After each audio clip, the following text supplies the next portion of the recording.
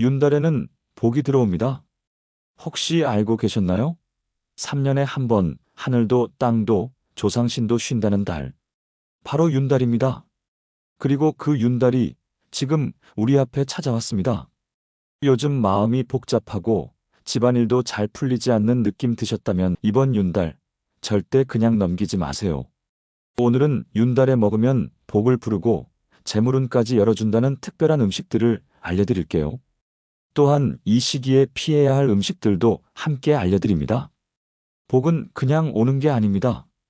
준비된 그릇에 담겨야 비로소 들어오죠. 그 그릇을 오늘부터 함께 준비해 봅시다. 자, 그럼 먼저 윤달이 뭔지부터 알아볼게요. 윤달은 음력 기준으로 한 해가 354일 정도 되기 때문에 태양력과의 차이를 맞추기 위해 이 3년에 한 번씩 달을 하나 더 넣어주는 달력상의 보정 개념입니다. 2025년 윤달은 양력으로 7월 25일부터 8월 22일까지입니다. 단순히 달이 하나 더 생긴다고 생각하면 안 됩니다. 우리 조상들은 이 윤달을 아주 특별하게 여겼습니다. 윤달은 하늘도 쉬고 땅도 쉬고 조상신과 귀신까지도 쉰다는 달입니다. 기운이 잔잔하고 착기가 사라지는 시기라고 했습니다. 그래서 중요한 일을 하기에 좋은 달로 여겨졌죠. 이사를 하거나 묘지를 선보거나 개명을 하거나 출산 예정일을 윤달에 맞춰 잡는 일도 많았습니다. 풍수에서는 윤달을 묵은 기운을 걷어내고 새로운 운의 흐름을 여는 시간으로 봅니다. 특히 윤달의 첫날 2025년엔 7월 25일이죠. 이날은 복을 맞이하기에 가장 좋은 날로 여겨졌습니다. 이해부터 사람들은 정화수 한 그릇을 떠놓고 기도를 올리거나 집안을 대청소하며 새 기운을 맞이했어요. 복이 들어올 자리를 정리한 거죠. 집도 마음도 몸도요. 자, 그럼 이제 윤달에 어떤 음식을 먹으면 좋을지 알려드릴게요. 복은 그냥 머물지 않아요. 머물 수 있는 자리가 있어야 찾아옵니다. 그 자리를 만들어주는 게 바로 음식입니다. 첫 번째 음식은 바로 삼색나물입니다. 삼색나물은 우리가 흔히 명절이나 제사상에서 보던 그 나물이죠. 하지만 그냥 반찬으로만 보셨다면 이젠 다르게 보셔야 합니다. 삼색나물은 풍수에서 기운을 조화롭게 맞추는 음식으로 여겨집니다. 보통 초록색 시금치, 갈색 고사리, 흰색 도라지나 숙주처럼 색깔이 다른 세 가지 나물을 함께 묻혀서 먹습니다. 초록, 갈색, 흰색. 이 세 가지 색은 각각 목, 토, 금의 기운을 상징합니다. 풍수에서는 기운이 한쪽으로 치우치면 복이 들어오지 못한다고 봅니다. 그래서 다양한 색과 성질의 나물을 고루 먹는 것이 운의 흐름을 정돈하고 조화를 이루는 데 좋다고 한 겁니다. 그리고 한 가지 중요한 점이 있습니다. 삼색나물은 기름을 많이 넣지 않고 정갈하게 묻혀야 한다는 것. 왜일까요? 윤달은 기운이 잠잠한 달이기 때문입니다. 기름지고 자극적인 음식은 그 고요한 기운을 흐트려 복이 들어오는 길을 막을 수 있어요. 그래서 깨끗하게 데친 삼색나물은 복을 부르는 아주 좋은 음식이 되는 겁니다. 삼색나물 한 접시에는 우리 조상들의 지혜가 담겨 있고 운의 흐름을 바로잡는 힘이 담겨 있습니다. 특히 윤달 첫날 이 나물을 식탁에 올리고 정화수 한 잔과 함께 복을 기도해 보세요. 집안의 기운이 정리되고 가족들의 마음도 차분해지는 걸 느끼실 수 있을 거예요. 복은 정갈한 음식 위에 가장 먼저 머뭅니다. 삼색나물에 이어 두 번째로 소개할 음식은 바로 흰쌀밥입니다. 흰쌀밥은 우리가 매일 먹는 평범한 음식 같지만 풍수적으로 보면 아주 중요한 의미를 가지고 있습니다. 바로 양기의 상징이자 중심을 잡아주는 음식입니다. 밥은 그 자체로 기운을 모으고 정리하는 출발점이기 때문에 예전부터 명절이나 제사, 중요한 날에는 꼭 정성 들여 지은 흰쌀밥이 올라갔습니다. 흰쌀은 밝고 깨끗한 기운을 담고 있습니다. 특히 윤달처럼 복을 맞이하고 운의 흐름을 새롭게 정리하는 시기에는 기름이나 잡곡 없이 맑고 순수하게 지은 흰쌀밥을 먹는 것이 좋습니다. 왜냐하면 풍수에서는 밝은 복의 기운은 항상 맑고 정갈한 곳에 깃든다고 보기 때문입니다. 흰쌀밥은 그런 복의 그릇 역할을 해줍니다. 윤달 첫날 정갈한 흰쌀밥 한 그릇과 정화수 한 잔을 함께 올려두고 집안의 평안과 한 해의 복을 기원해 보세요. 조상님들도 흡족해 하실 거고 마음속에서도 왠지 모르게 평온한 기운이 감돌게 될 거예요. 삼색나물과 흰쌀밥을 함께 먹으면 기운의 균형은 물론 복의 흐름까지 더욱 안정감 있게 이어집니다. 식사 한 끼가 단순한 배를 채우는 일이 아니라 집안의 기운을 다시 세우는 제의가 되는 셈입니다. 밥상 위의 질서가 바로 운을 바꾸는 출발점이 되는 거죠. 이제 세 번째 음식, 고구마를 소개할게요. 고구마는 윤달과 아주 잘 어울리는 복의 음식입니다. 우리가 흔히 먹는 고구마가 무슨 특별한 의미가 있냐고 생각하실 수도 있지만 풍수적으로 보면 아주 강한 재물의 기운을 담고 있는 음식입니다. 왜일까요?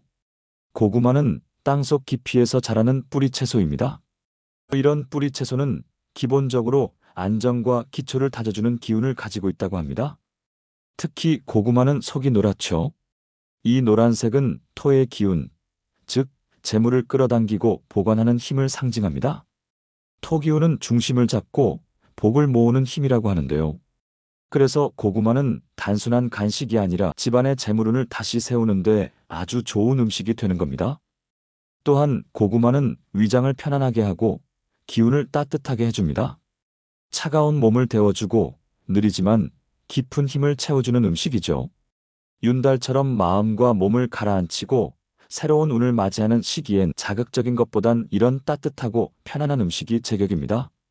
고구마는 오래 구워서 먹거나 천천히 찌는 과정 자체도 복을 부르는 시간이라 할 수 있습니다. 조급함을 덜어내고 기다림의 미덕을 되살리는 음식이기도 해요.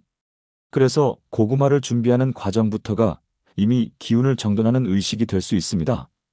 윤달 첫날 식탁에 고구마를 정갈히 올려보세요.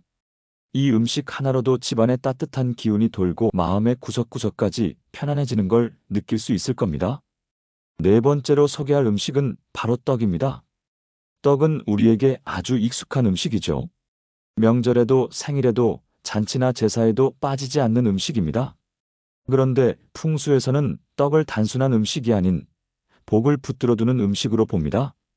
그 중에서도 찹쌀떡은 그 끈적한 성질 때문에 복이 붙고 재물이 달라붙는다는 의미를 담고 있습니다. 우리 어르신들께서 떡을 먹어야 복이 온다, 떡 붙어라 하시던 말 다 이유 있는 말씀이에요. 또 백설기나 콩설기처럼 하얀 떡은 밝고 맑은 양기의 기운을 품고 있습니다. 흰색은 정결함을 의미하고 그 자체로 복의 통로가 되는 색입니다. 윤달처럼 기운을 맑게 정리해야 하는 시기에는 이런 하얀 떡이 특히 좋다고 여겨집니다. 떡은 또한 쪄서 먹는 음식입니다. 볶거나 튀기는 게 아니라 수증기로 익히는 음식이죠.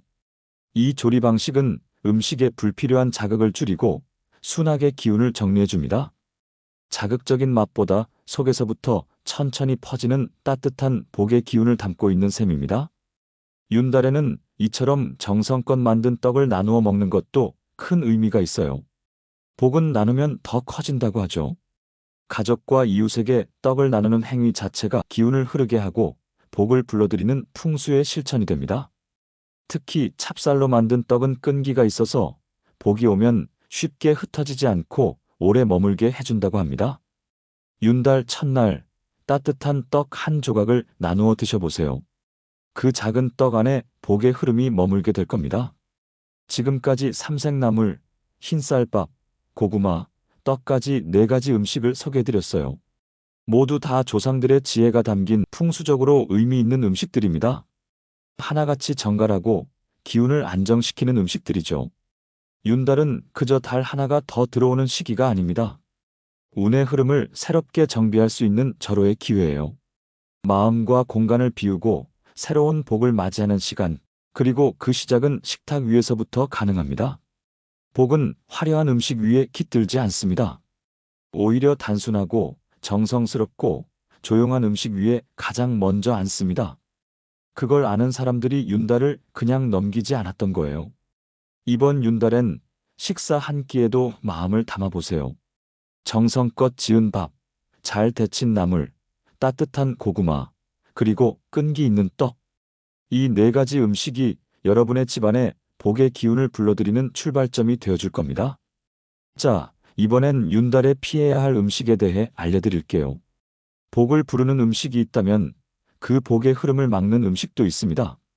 풍수적으로 기운을 깨뜨리는 음식은 되도록 멀리하는 것이 좋습니다. 그중 첫 번째는 바로 붉은 고추가 많이 들어간 음식, 즉 매운 음식입니다. 윤달은 기운이 아주 조용하고 정적인 시기입니다. 묵은 기운을 정리하고 새로운 흐름을 받아들이는 때죠. 그런데 고추처럼 화기가 강한 음식은 이런 고요한 흐름을 깨뜨리고 기운을 흩어지게 만듭니다. 풍수에서는 몸속에 기도 흐름이 있고 집안에 기도 흐름이 있다고 봅니다. 그런데 이런 강한 자극은 그 흐름을 거세게 밀어내서 결국 복이 들어오는 통로마저 뒤엉키게 만들 수 있다고 해요. 특히 윤달 첫날만큼은 되도록 자극적인 양념이나 기름진 음식을 피하시고 편안하게 익힌 음식, 담백하고 정갈한 음식을 드시는 것이 좋습니다. 기운이 약하거나 예민한 체질이신 분들은 매운 음식의 영향을 더 많이 받을 수 있기 때문에 이 시기만큼은 입맛보다 기운의 흐름을 먼저 생각해 주세요.